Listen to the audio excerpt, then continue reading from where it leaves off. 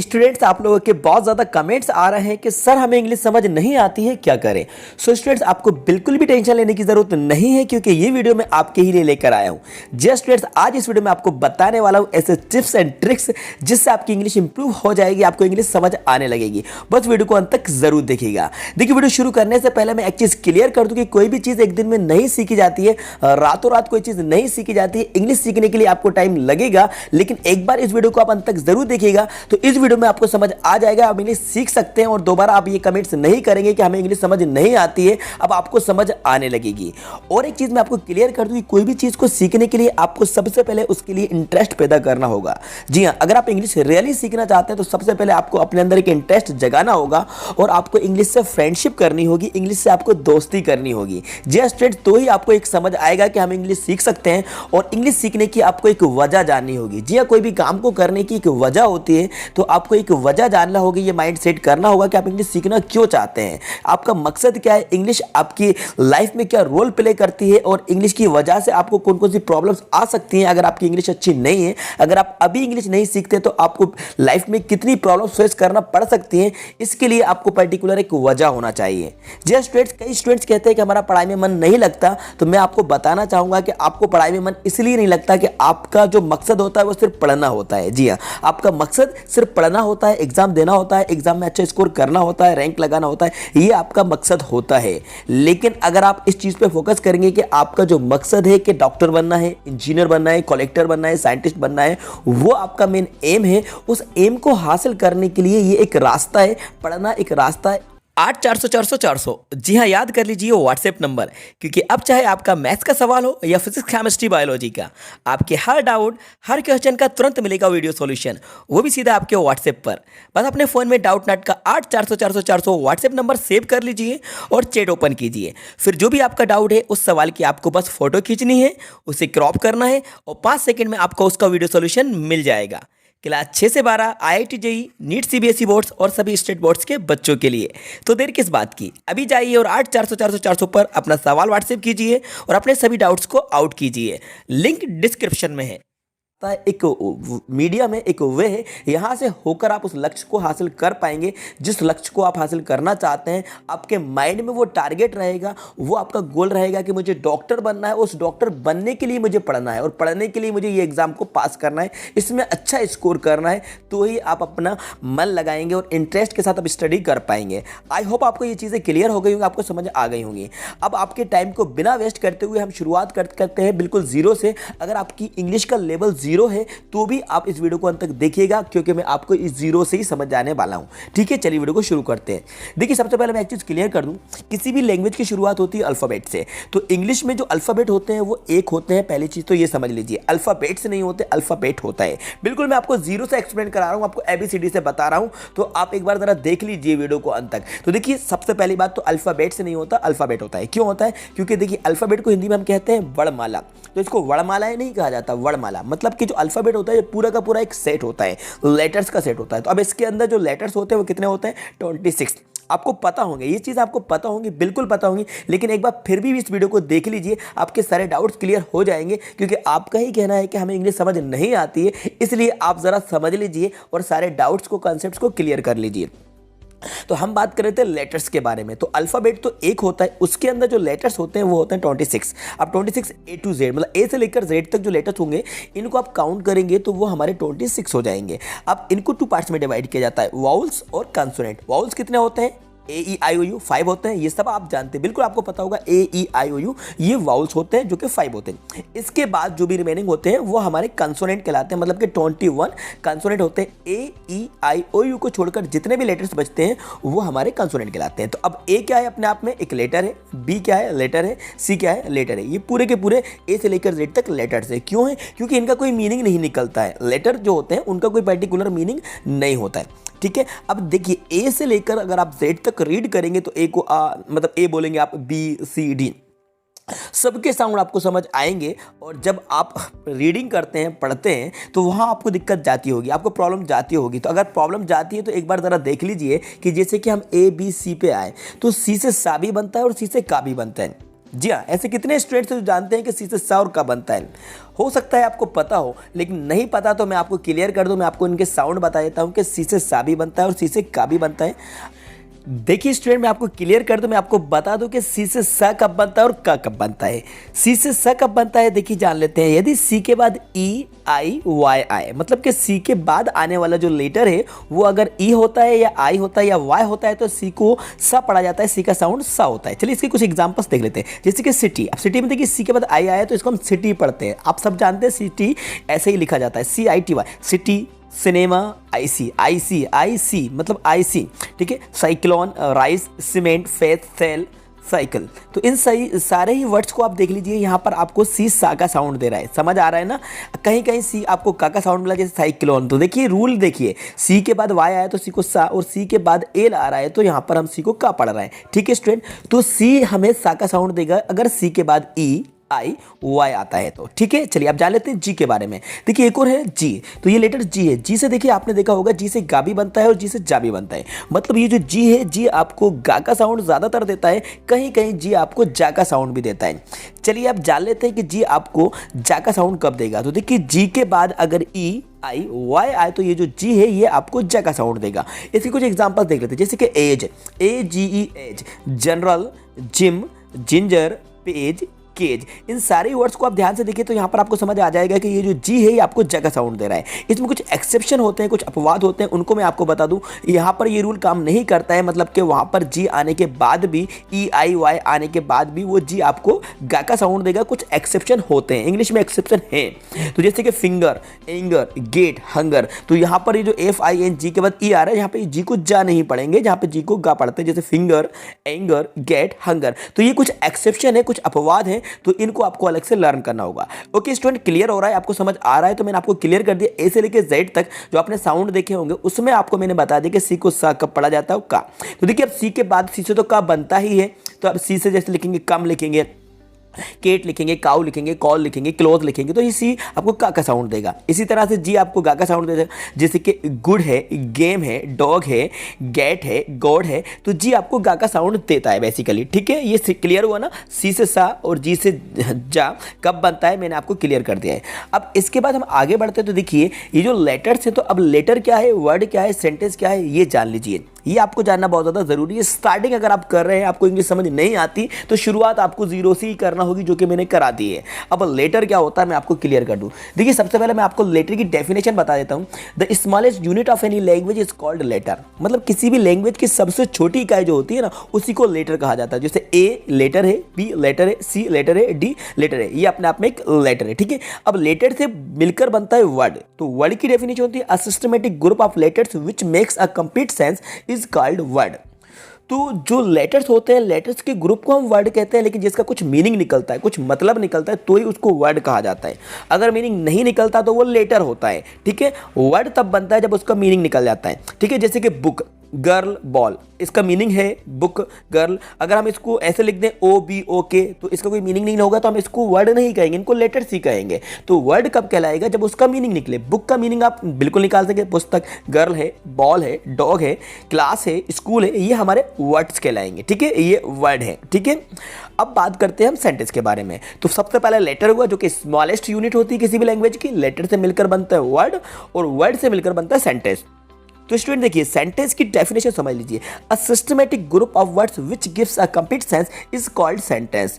तो मतलब कि वर्ड्स के सिस्टमैटिक ग्रुप को हम सेंटेंस कहते हैं। तो वर्ड से मिलकर सेंटेंस बनता है। जैसे कि अगर मैं आपको एग्जांपल बोलूं, Rahul is a good boy, she is a beautiful girl. तो यहाँ पे Rahul is a good boy, तो यहाँ पर पूरा का पूरा एक सेंटेंस कहलाएगा, इसका कुछ मतलब निकलेगा। She is a beautiful girl, वो एक सुंदर लड़की है, तो ये हमारा एक सेंटेंस हुआ, ठीक है। अब हम सेंटेंस तक आ गए हैं। देखिए इंग्लिश जो सीखी जाती है वो सेंटेंस से, आप जो क्वेश्चंस के आंसर्स को लर्न करते हैं, जो आप चैप्टर्स को रीड करते हैं, उसमें सेंटेंस तो होते हैं। सेंटेंसेस ही तो से तो मिलकर एक पैराग्राफ और आपकी स्टोरीज जो बनती चली जाती है, तो उसमें सेंटेंस ही तो होते हैं। तो आपको सेंटेंस समझ आना चाहिए। अब आप यहाँ तक पहुँच गए हैं कि लेटर क्या होता है, वर्ड क्या होता है, सेंटेंस क्या होता है। अब हम बात करते हैं सेंटेंस के पार्ट्स के बारे में। Parts of sentence. जी हाँ स्टूडेंट्स, पार्ट्स ऑफ सेंटेंस आपको जानना बहुत ज़्यादा ज़रूरी है कि पार्ट्स ऑफ सेंटेंस मतलब कि सेंटेंस में एक जो सेंटेंस होता है उसमें मोटी मोटी कौन सी बातें हैं, कौन सी चीज़ें हैं जो एक सेंटेंस में आती हैं। देखिए सेंटेंस में आपके सब्जेक्ट आता है, हेल्पिंग वर्ब होती है, मेन वर्ब भी होती है और ऑब्जेक्ट भी होता है। कभी कभी हेल्पिंग वर्ब नहीं भी होती है, लेकिन हम मोटी मोटी चीज़ों के बारे में जान लें कि सेंटेंस में हमें सब्जेक्ट यूज़ करना होता है, हेल्पिंग वर्ब का यूज़ करना होता है, मेन वर्ब का यूज़ करना होता है, ऑब्जेक्ट का यूज़ करना होता है। अब थोड़ा सा ज़रा हम ये भी समझ लेते हैं कि सब्जेक्ट क्या होता है, हेल्पिंग वर्ब क्या होती है, मेन वर्ब क्या होती है, ऑब्जेक्ट क्या होता है। देखिए स्टूडेंट वीडियो थोड़ा सा लंबा खिंच जाएगा, लेकिन वीडियो को बिल्कुल भी स्किप नहीं कीजिएगा। अगर आप यही करते आ रहे हैं, वीडियो को स्किप करते आ रहे हैं, तो ही आपको इंग्लिश समझ नहीं आती, इंग्लिश नहीं बनती है। और अगर आप कोई भी चीज़ को शुरू से नहीं समझेंगे तो आप जिंदगी भर कहते रहेंगे कि ये चीज़ समझ में नहीं आती है, आप उसको कभी नहीं सीख पाएंगे। अगर आप शुरुआत कर देंगे, स्टार्टिंग कर देंगे, तो धीरे धीरे वो चीज़ आपको समझ आने लगेगी। जो चीज़ आपकी कमज़ोर थी वो चीज़ आपकी स्ट्रॉन्ग बन जाएगी। लेकिन एक बार आपका पूरा फोकस होना चाहिए, आपको पूरे ध्यान से पूरा मन लगाकर कोई भी चीज़ को आपको सीखना होगी। जो कि मैंने स्टार्टिंग में ही आपको बताया था कि इंटरेस्ट पैदा करना होगा, आपको उससे फ्रेंडशिप पैदा करना होगी और उस चीज़ को सीखने की वजह जानना होगी। अपने आप से एक सवाल पूछना होगा कि आप उस चीज़ को क्यों करना चाहते हैं, क्यों सीखना चाहते हैं, उसका क्या एडवांटेज है आपकी लाइफ में, क्या रोल होने वाला है, उस चीज़ को नहीं सीखने से आपको क्या क्या प्रॉब्लम्स फेस होने वाली है। ये चीज़ अपने माइंड में रखेंगे, अपने माइंड में सेट कर लेंगे तो आपको मन लगेगा, आपको समझ आएगा। ठीक है, हम बात कर रहे थे सेंटेंस के पार्ट्स के बारे में। देखिए अब बात करते हैं, सबसे पहले सेंटेंस में जो पार्ट होता है वो सब्जेक्ट। तो स्टूडेंट देखिए मैं आपको क्लियर कर दूं, सब्जेक्ट या तो नाउन होता है या प्रोनाउन होता है। सब्जेक्ट या तो नाउन होता है या प्रोनाउन होता है। नाउन के बारे में आगे बात करेंगे, लेकिन सबसे पहले मैं आपको बता दूं सब्जेक्ट अगर प्रोनाउन होता है तो वो या तो सिंगुलर होता है या प्लूरल होता है। अब सिंगुलर सब्जेक्ट जान लेते हैं कौन कौन से होते हैं। ही शी इट ने, मतलब ही शी इट, ये हमारे प्रोनाउन में आ जाएंगे, ये सिंगुलर सब्जेक्ट कहलाते हैं। Plural subject I you we they, ये हमारे प्लूरल सब्जेक्ट कहलाते हैं। ठीक है, अगर नाउन प्रोनाउन दोनों ही को ले ले, ये सब्जेक्ट की कैटेगरी में आते हैं। तो नेम भी हमारा जो होगा, किसी का भी नेम है, वो सिंगुलर सब्जेक्ट कहलाएगा। ठीक है स्टूडेंट, क्लियर हो रहा है ना। जैसे कि ही शी इट नेम, ये हमारे सिंगुलर सब्जेक्ट्स हैं और आई यू वी दे, ये हमारे प्लूरल सब्जेक्ट्स की कैटेगरी में आते हैं। हिंदी मीनिंग आपको पता होगा, ही मतलब वे मेल के लिए यूज किया जाता है, शी वे फीमेल के लिए यूज होता है, इट नॉन लिविंग थिंग के लिए यूज होता है, और कोई भी नेम आई मैं यू आप वी हम और दे बे। ठीक है, तो ये हमारे सिंगुलर सब्जेक्ट हुए और प्लूरल सब्जेक्ट हुए। अब सब्जेक्ट आपकी क्लियर हो गया। सब्जेक्ट मतलब होता है ड्यूअर, मतलब कि करने वाला। इसको हम हिंदी में कहते हैं ना करना, मतलब करता। तो करता मतलब कि करने वाला, वन हु परफॉर्म, मतलब जो परफॉर्म करता है, जो काम करता है। तो काम करने वाला जो बंदा है, मतलब जो ड्यूअर है, उसी को कहते हैं हम सब्जेक्ट, जिसको हम कहते हैं करता। ठीक है, तो कोई भी सेंटेंस का सबसे इंपॉर्टेंट कोई पार्ट होता है तो वो होता है सब्जेक्ट। तो आपको जब भी ट्रांसलेट करना है, रीडिंग करना है, आंसर लर्न करना है, क्वेश्चन पढ़ना है, तो आप सब्जेक्ट को ध्यान से देखिएगा, सब्जेक्ट को फाइंड कीजिएगा, आप सब्जेक्ट को समझिएगा, उस सेंटेंस में सब्जेक्ट क्या है, इजिली आपसे बन जाएगा। क्योंकि पूरा सेंटेंस डिपेंड करता है सब्जेक्ट के ऊपर, मतलब जो काम हो रहा है वो किसके द्वारा हो रहा है, वो सब्जेक्ट के द्वारा हो रहा है। तो आपको सब्जेक्ट को समझ लेना है। ठीक है, मैंने आपको सब्जेक्ट बता दी है। ठीक है, अब कोई भी नाउन हो सकता है, नाउन में मतलब कार भी सब्जेक्ट हो सकती है, काऊ सब्जेक्ट हो सकती है, बुक सब्जेक्ट हो सकती है, बिल्कुल हो सकती है। ठीक है, मतलब कि लिविंग नॉन लिविंग दोनों सब्जेक्ट हो सकते हैं। इसके बाद बात करते हैं हम हेल्पिंग वर्ब के बारे में।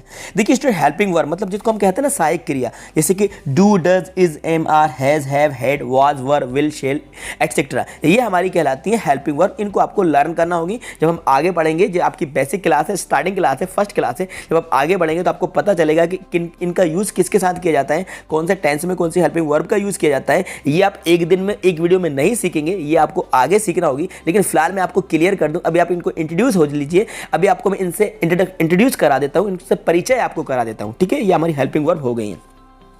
इसके बाद बात करते हैं हम मेन वर्ब के बारे में। देखिए जो मेन वर्ब रहती है, वर्ब जिनको हम कहते हैं एक्शन वर्ब, तो उनकी 3 फॉर्म्स होती हैं। बेसिकली 3 फॉर्म्स होती हैं, उसमें V1 ING लगा दिया जाता है, 4 बन जाती है, SES लगा दिया जाता है, 5 बन जाती है। तो एक्शन मतलब कि कोई भी क्रिया जो हमारे द्वारा की जाती है, कोई कार्य, उसको हम कहते हैं मेन वर्ब। जैसे आना, जाना, खेलना। जैसे आना कम केम कम, जाना गो वेंट गोन, खेलना प्ले प्लेड प्लेड, लिखना राइट रोट रिटर्न, ये हमारी मेन वर्ब होती है। इसमें V1 V2 V3 कहलाती है। ठीक है, इनको आपको लर्न करना होगा। जी हाँ, टेंस पढ़ाने के लिए, सेंटेंस बनाने के लिए, इंग्लिश को समझने के लिए लर्न करना होगा। अगर आपको मीनिंग पता होगा, लर्न होगा, तभी तो आपको ये समझ आएगी, अदरवाइज ये आपको समझ में नहीं आएगी। ठीक है, इसके बाद बात करते हैं हम ऑब्जेक्ट के बारे में। देखिए ऑब्जेक्ट मतलब होता है कर्म, मतलब जिस पर काम किया जाता है, ऑब्जेक्ट। तो ऑब्जेक्ट क्या होगा, जैसे कि ऑब्जेक्ट देखिए या तो डायरेक्ट होता है या इनडायरेक्ट होता है। जैसे कि जो हमारे सब्जेक्ट थे ना, सब्जेक्ट के ऑब्जेक्ट कैसे बनेंगे, सब्जेक्ट जो है वो ऑब्जेक्ट में कैसे चेंज होगा, ये देख लीजिए। जैसे कि ही आपका सब्जेक्ट था तो इसका ऑब्जेक्ट हिम होगा, शी का हर होगा, इट का इट होगा, नेम का नेम होगा, आई का मी होगा, यू का यू होगा, वी का अस होगा, दे का देम होगा। ये हमारे सब्जेक्ट के ऑब्जेक्ट बन जाएंगे। इसके अलावा जैसे कि कोई बुक है, बुक आपका ऑब्जेक्ट है। इसके अलावा कोई भी चीज़ देखेंगे, जैसे पेन है, पेन ऑब्जेक्ट है, ग्रॉस ऑब्जेक्ट है। तो इस तरह से ये हमारे ऑब्जेक्ट होते हैं जो कि आप इजीली तरीके से पहचान जाएंगे। जिस पर काम किया जाता है वो हमारा ऑब्जेक्ट होता है, जो काम करता है वो हमारा सब्जेक्ट होता है, और कार्य क्या करता है वो क्रिया, वो हमारी हेल्पिंग वर्ब कहलाती है, मतलब मेन वर्ब कहलाती है, ठीक है। और जो सपोर्टिंग वर्ब होती है उसी को हम कहते हैं हेल्पिंग वर्ब। इतनी चीज़ों को जानने के बाद, इतना समझने के बाद, देखिए स्टूडेंट्स, ये सारी चीज़ें अगर आपकी क्लियर हो गई हैं, ये कॉन्सेप्ट आपके क्लियर हो गए, तो इसके बाद आपको आगे बढ़ना होगा। फिर आपको सीखना होगा 8 पार्ट्स ऑफ स्पीच। जी हाँ, 8 पार्ट्स ऑफ स्पीच होते हैं ना, जो आपने पहले कभी पढ़े होंगे, पहले कभी आपके टीचर ने पढ़ाए होंगे, आपने सुने होंगे, जैसे कि noun, pronoun, verb, adjective, adverb, preposition, conjunction, interjection. ये 8 पार्ट्स ऑफ स्पीच कहलाते हैं। इनको आपको सीखना होगा, इनको आपको पढ़ना होगा, इनकी आपको अच्छे तरीके से स्टडी करना होगी कि 8 पार्ट्स ऑफ स्पीच क्या होते हैं, नाउन क्या होती है ये जानना होगा, सिंगुलर नाउन क्या है, प्लूरल नाउन क्या है, ये चीज़ें आपको पता होना चाहिए, ठीक है। तो ये सारी चीज़ें अगर आप पढ़ लेते हैं, इसके बाद फिर आपको आगे आना होगा टेंस के ऊपर। आपको टेंस सीखना होंगे, मॉडल सीखना होंगे, वॉइस सीखना होगी, क्लॉज सीखना होंगे, नरेशन सीखना होंगे। तो ये सारी चीज़ें एक दिन में नहीं सीखी जाती हैं, इसके लिए टाइम लगेगा। जी स्टूडेंट, लेकिन जो बेसिक है, जो शुरुआत है, मैंने आपकी करा दी है, आज मैंने आपको बता दिया है। आपको बिल्कुल टेंशन लेने की ज़रूरत नहीं है। इतनी चीज़ें अगर आपको जो बताई इनको कवर कर लेते हैं, इसके बाद आप रीडिंग स्टार्ट कर दीजिए। आप रीडिंग करिए, आपके जो भी चैप्टर्स हैं उनको लाउडली आप रीड करने की हैबिट डालिए और रीडिंग स्किल्स को आप इंप्रूव करिए। सबसे पहले रीडिंग बनना चाहिए। रीडिंग करते टाइम आपको ध्यान रखना चाहिए साइलेंट लेटर्स का, नंबर्स का, कौन सा लेटर साइलेंट है, कौन सा लेटर साइलेंट नहीं है, इनके ऊपर आप फोकस करेंगे तो आपसे रीडिंग भी बनने लगेगी। जब आपके अंदर कॉन्फिडेंट आ जाएगा तो आप धीरे धीरे बेसिक से एडवांस की ओर बढ़ेंगे और आपको इंग्लिश समझ आने लगेगी। अगर आपको इंग्लिश समझ आ गई तो सारे आपकी समस्या का समाधान हो जाएगा। आपको क्वेश्चन समझ आने लगेगा, क्वेश्चन समझ आ गया तो आपको आंसर समझ आने लगेगा, और आंसर समझने के लिए आपको चैप्टर समझना होंगे। चैप्टर्स अगर आपको समझ आ गए तो आंसर आपको रटने की ज़रूरत नहीं है, समझकर आप आंसर लिख पाएंगे, किसी भी क्वेश्चन का आंसर आप दे पाएंगे। जी स्टूडेंट्स, तो देखिए आज मैंने जो वीडियो में आपको बेसिक चीज़ें बताई हैं, अल्फ़ाबेट के बारे में बताया, लेटर्स बताया, इसके बाद साउंड मैंने आपको बताया, लेटर क्या है, वर्ड क्या है, सेंटेंस क्या है, और सेंटेंस के पार्ट्स को मैंने आपको इंट्रोड्यूस कराया, ऑब्जेक्ट, ये सारी चीज़ें मैंने आपको क्लियर कर दी हैं इस वीडियो के अंदर। अब देखिए मैं आपको एक चीज़ क्लियर कर दूं, जो टॉपिक्स मैंने बताया इन टॉपिक्स के ऊपर सेपरेट वीडियोस बनाई जा चुकी हैं।